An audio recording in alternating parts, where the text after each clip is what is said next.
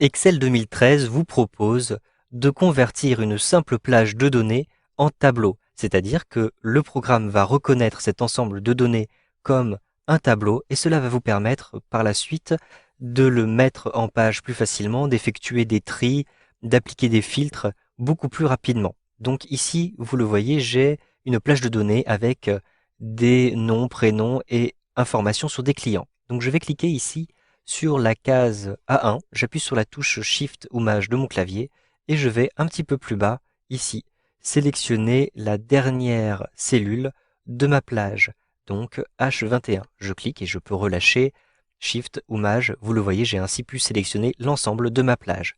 Je souhaite maintenant indiquer à Excel qu'il s'agit d'un tableau. Je vais donc me rendre dans le menu Insertion. Vous voyez ici, dans le ruban, vous avez un onglet Insertion. Ensuite, rendez-vous ici sur la gauche, au niveau de tableau. Je clique sur la petite flèche pour avoir les différentes options de tableau. Il y a des options de tableau croisé dynamique, je vais créer un tableau simple. Je clique donc ici sur tableau. Immédiatement, ici, vous le voyez, on m'indique que la plage a été reconnue de A1 à H21. Donc, vous le voyez, c'est utile de bien sélectionner votre plage de données. Cependant, si toutes vos données sont contiguës, eh bien, il vous suffit de cliquer n'importe où à l'intérieur du tableau, comme ceci, pour ensuite générer un tableau et Excel automatiquement va reconnaître la plage de données. Donc, vous le voyez, de A1 à H21. Cela parce que toutes les données sont contiguës et le tableau est entièrement rempli, il n'y a pas de case vide.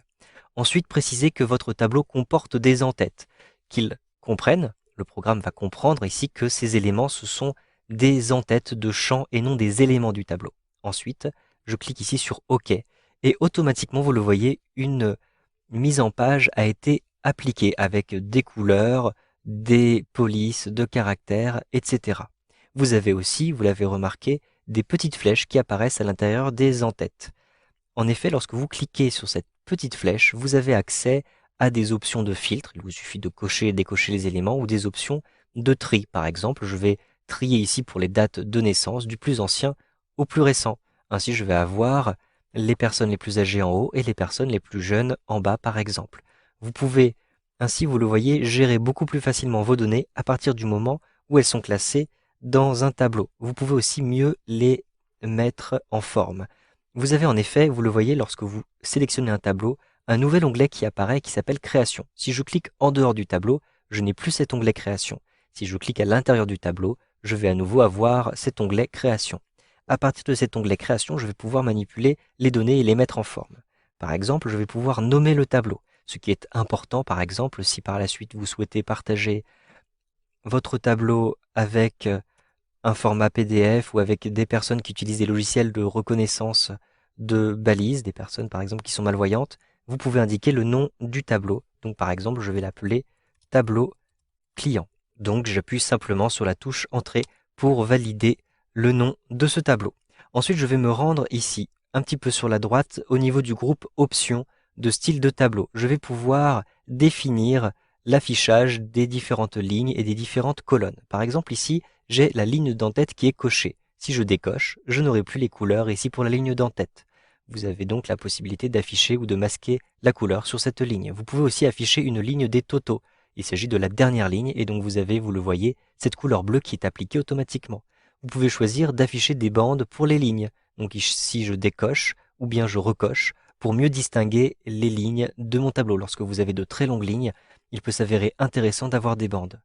Ici, vous pouvez aussi appliquer ces bandes aux différentes colonnes. La première, la dernière colonne. Donc ici, je coche. Vous le voyez, lorsque vous avez des résultats en fin de colonne, cela peut s'avérer utile. Et vous pouvez aussi créer des colonnes à bandes. Si vous avez de nombreuses colonnes très longues, eh bien, il peut s'avérer utile d'avoir des bandes pour repérer les différentes données. Je vais décocher cette case-ci.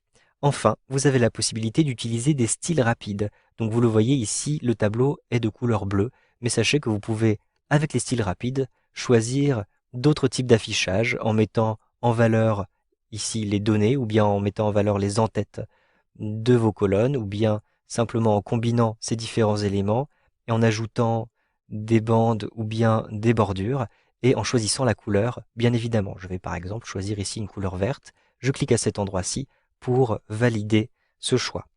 Si vous avez fini de travailler avec votre tableau et que vous souhaitez utiliser vos données d'une autre manière ou redispatcher vos données dans d'autres tableaux, vous pouvez choisir donc de ne plus utiliser la fonctionnalité de tableau de Excel 2013. Donc simplement rendez-vous dans l'onglet Création, puis choisissez ici Convertir en plage. À l'intérieur de ce groupe Outils, vous avez Convertir en plage. Je clique ici sur Convertir en plage.